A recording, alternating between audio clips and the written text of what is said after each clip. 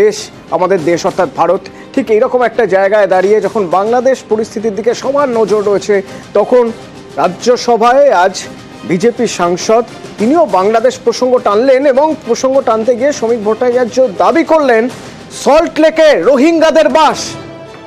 বিস্ফোরক দাবি, সল্ট লেকে রোহিঙ্গাদের বাস, অর্থাৎ সল্ট লেকের Saha institute of nuclear physics, সেই nuclear physics Saha institute of nuclear ফিজিক্সের যে বাউন্ডারি, সেই বাউন্ডারির পাশে যারা থাকেন তারা রোহিঙ্গা, তারা অনুপ্রবেশকারী দাবি করছেন শ্রমিক ভট্টাচার্য এবং প্রশ্ন তুলছেন নিরাপত্তা নিয়ে যে তাহলে ইনস্টিটিউট অফ নিউক্লিয়ার ফিজিক্সের সাহা ইনস্টিটিউট অফ নিউক্লিয়ার ফিজিক্সের নিরাপত্তা কোথায়?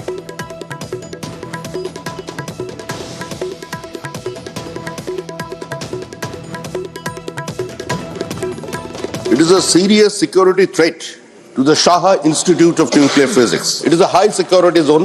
इस इंस्टीट्यूशन से 4 बार विधाननगर, सॉल्ट लेक जिसको कहा जाता है कलकत्ता में, 4 बार पुलिस स्टेशन में इसका सारे इंस्टीट्यूट के हेड ऑफ द डिपार्टमेंट जा चुके हैं। इसका नॉर्दर्न वॉल है, उसका बाहर में कुछ अनऑथोराइज्ड लोग वहां मौजूद हो गया। It's a serious security threat. All are Rohingyas, all are Bangladeshi infiltrators.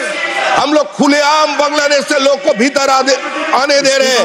आप ही का कारण आज ऐसा स्थिति बन गया। Internal security of West Bengal and of this country also is under threat. Police कुछ एक्शन नहीं ले रहा है। दिन प्रतिदिन पश्चिम बंगाल के भीतर ये सारे बांग्लादेशी घुसपैठिया हमारा डेमोग्राफिक डिजाइन चेंज कर दिया।